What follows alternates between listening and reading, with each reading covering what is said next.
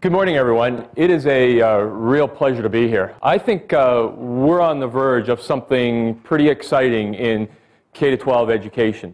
When we think about the K-12 sector, it's, I think, a really exciting time as we look at what education could be and will be in the years ahead.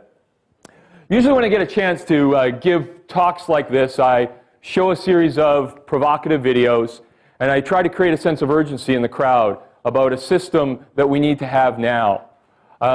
Today, I'm going to do something a little bit different than that. I'm going to tell a story.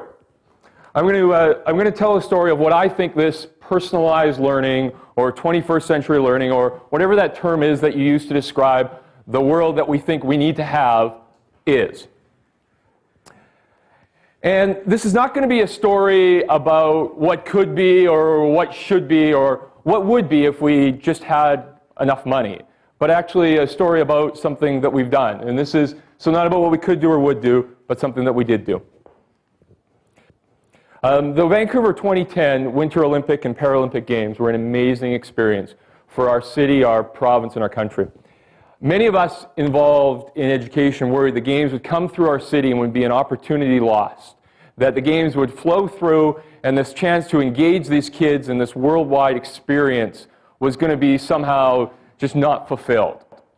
So, along with a couple of my colleagues, Gary Kern and Audrey Hobbs-Johnson, and with the support of the organizing committee of the Vancouver 2010 Winter Games, in particular Christina Adams, we created something called Students Live.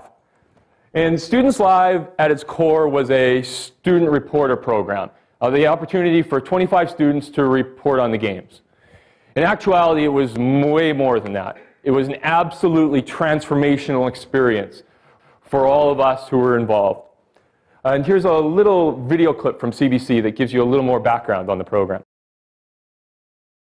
Now, BC schools hoping to turn the Olympics into an educational opportunity have a little bit of help in the form of student reporters. That's right, these are Olympic reports done by students, about 24 high school journalists who have full access to the Games. Teresa Lalonde is our online and interactive reporter. This story meeting checking in with teachers about interviews and focus. Tell me where you're going to 12. Cauldron. Ed Cauldron. No problem, these teens are motivated.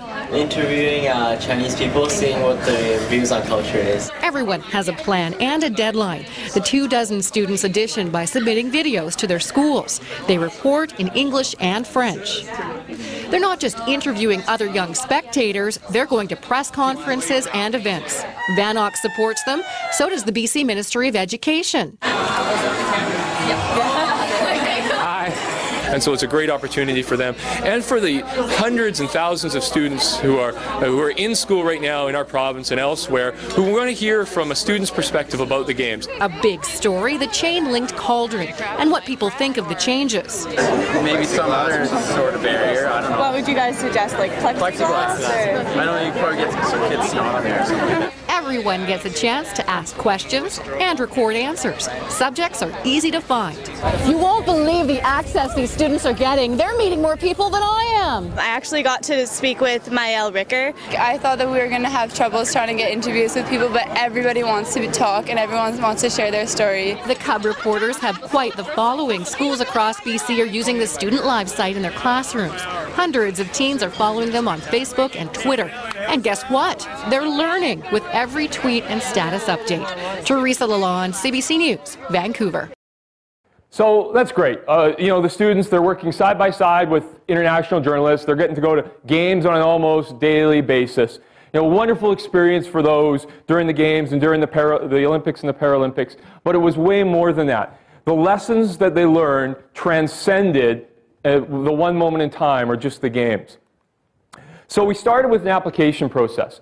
And this doesn't come to as any surprise for all of us who are involved in the K-12 system. When you let kids have some ownership and buy into a process, they're going to be way more engaged. And that's absolutely what we saw. We asked these students to write a blog post or somehow use Web 2.0 tools to explain why they would be the right kind of person to be reporting on the Games. And here's one of those applications that we received.